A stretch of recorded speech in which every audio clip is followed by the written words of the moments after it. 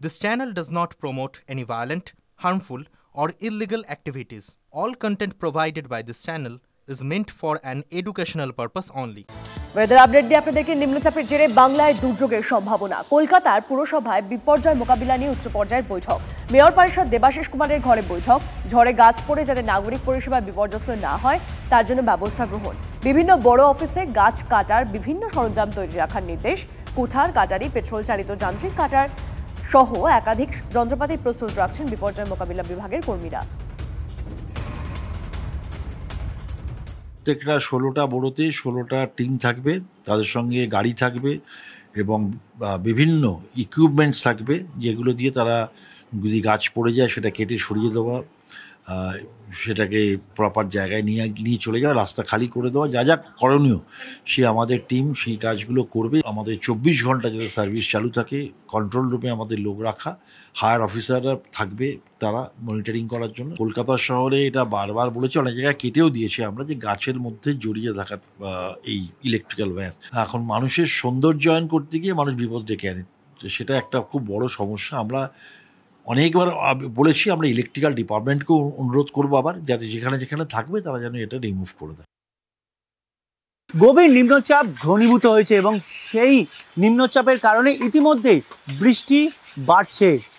কলকাতা পুরসভায় এই বিপর্যয় মোকাবিলায় ইতিমধ্যেই বৈঠক হয়েছে। মেয়র পরিষদ দেবাশিস কুমারের ঘরে এ ব্যাপারে বৈঠক হয় বৃহস্পতিবার।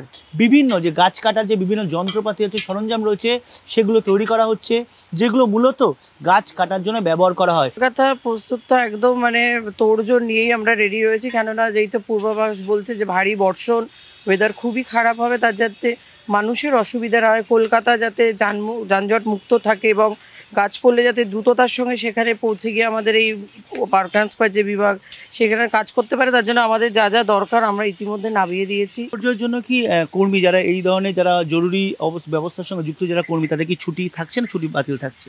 না, এই দুর্যোগ যেহেতু রয়েছে এখন আপাতত ছুটিটা বাতিল, কেননা যে কোনো সময় তো একটা কিছু ঘটতে পারে সেই দুর্যোগের মধ্যে, তাই ছুটিটা এই মুহূর্তে দেওয়া যাচ্ছে না। বিদ্যুতের তার যাতে কোনো গাছে জড়িয়ে না থাকে সে ব্যাপারে সিএসসিকে বলা হয়েছে।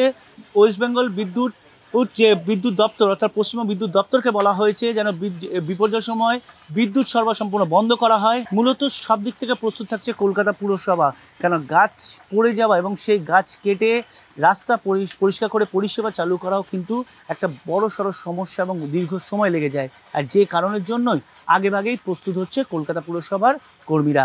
ক্যামেরায় গৌরবের সঙ্গে সায়ন্ত ভট্টাচার্য, TV9 বাংলা, কলকাতা।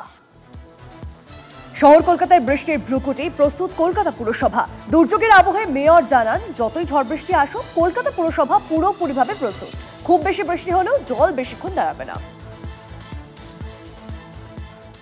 আমাদের যে পাম্পিং স্টেশনগুলো আছে সেগুলো অনটো আছে, একদম যখন যেটা দরকার হবে সেটা চালানো হবে।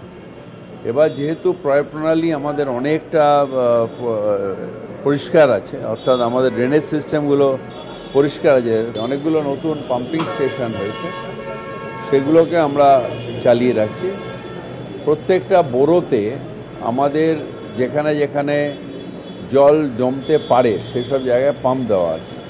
যতই বৃষ্টি হোক আমাদের বোরোতে আমাদের টিমও আছে উইথ কাটার, গাছ কাটার, সুতরাং তাড়াতাড়ি আমরা রাস্তা পরিষ্কার করে দিতে পারবো এবং 4-5 ঘন্টা যদি যে লো টাইড থেকে হাই টাইডে যে টাইমটা থাকে তার বেশি জল জমবে না।